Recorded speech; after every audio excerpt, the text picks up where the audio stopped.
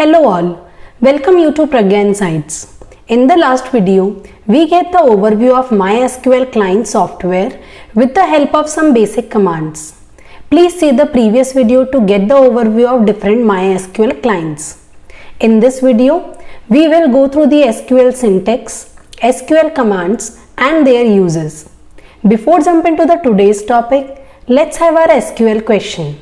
So the question is, which of these operating systems supports SQL Server? A. Linux, B. Mac OS, C. Windows or D. Android. Each RDBMS has its own flavor of SQL. As we are using MySQL, we will learn its SQL syntax. Now read this line and try understand it. Didn't get it, right? Because this is not in a proper syntax of English language. The right syntax is, we are going to learn SQL syntax. So to understand any language, its syntax is very important. So let's learn how to write a SQL query in its proper syntax. There are two main parts of SQL syntax, statement and semicolon.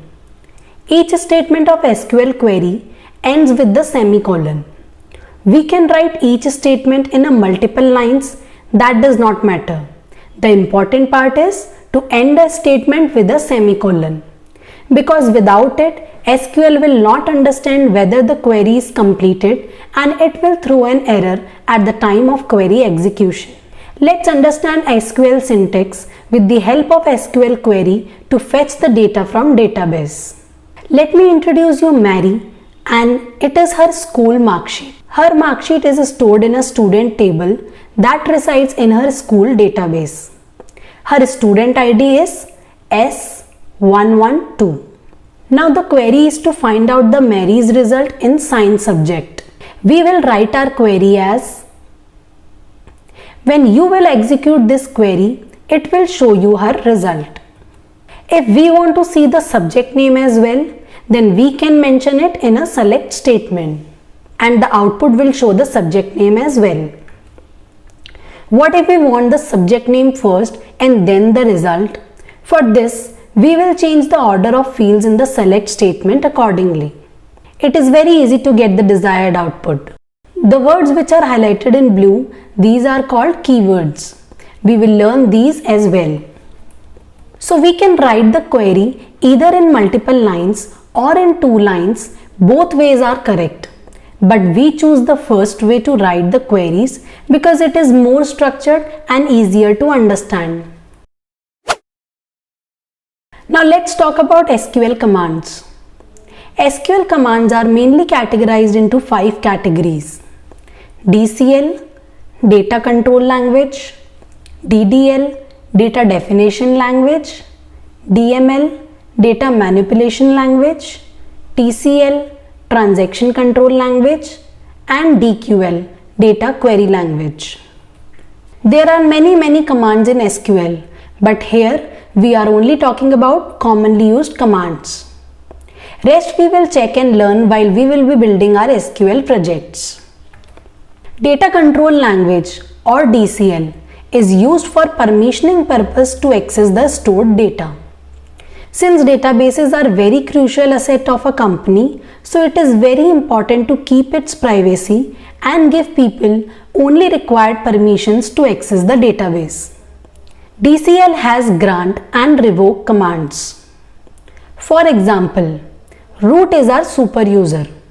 He has full permissions to access the database. And Mark is our sub user. Root user has given Mark permissions of create, insert and delete commands, so that he would be able to use create command to create databases or tables, insert command to insert data into the tables, and delete command to delete data from the databases. Now if our root user don't want Mark to delete any data, then root user can revoke the delete command permissions of Mark. So now Mark only has permissions of create and insert commands. DDL or data definition language allows the user to define the data and their relationship in the relational database. Some of the commands are create command to create new databases and tables, alter command to change the name of existing table name, add, delete or modify columns in an existing table.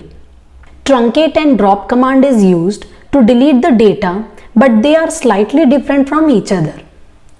Truncate removes all the data from table, but the structure of the tables remains same.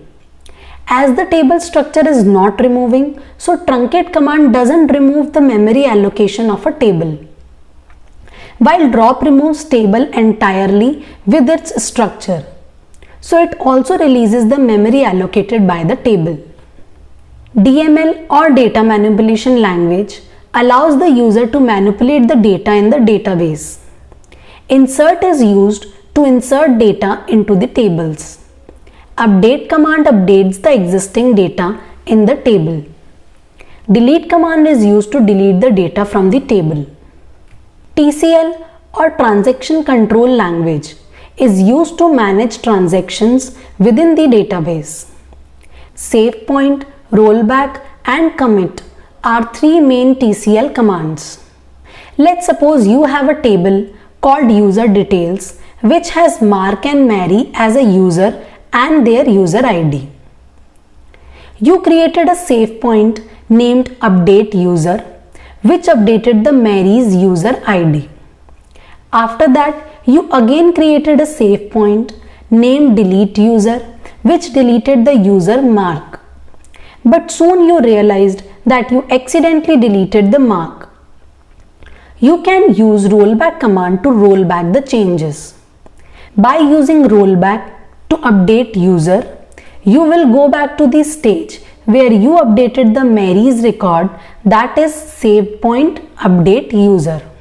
And if you see the user table output, it will give you both Mary and Mark data. It works same as the undo feature in the MS Word. Commit command is used to save the changes. Like in a MS Word, if you click save icon, then you cannot undo your work because now it is permanently saved. Same is the case of commit. If after the save point you used commit command, then you cannot roll back the changes. So the commit command is used to permanently save the changes. DQL or data query language is used to fetch the data from a database. Most of the time you will be using DQL commands. Select command is used to fetch or get the data from different tables which are stored in different databases. Hope you get the understanding of different SQL commands. We will practice all of these commands later. Now it's time to answer the warm-up question. The question was, which of these operating systems supports SQL Server? And the answer is option C, Windows. Thank you for watching and please remember to like, subscribe and hit the bell icon to receive notifications about our latest video. I'll see you in the next video.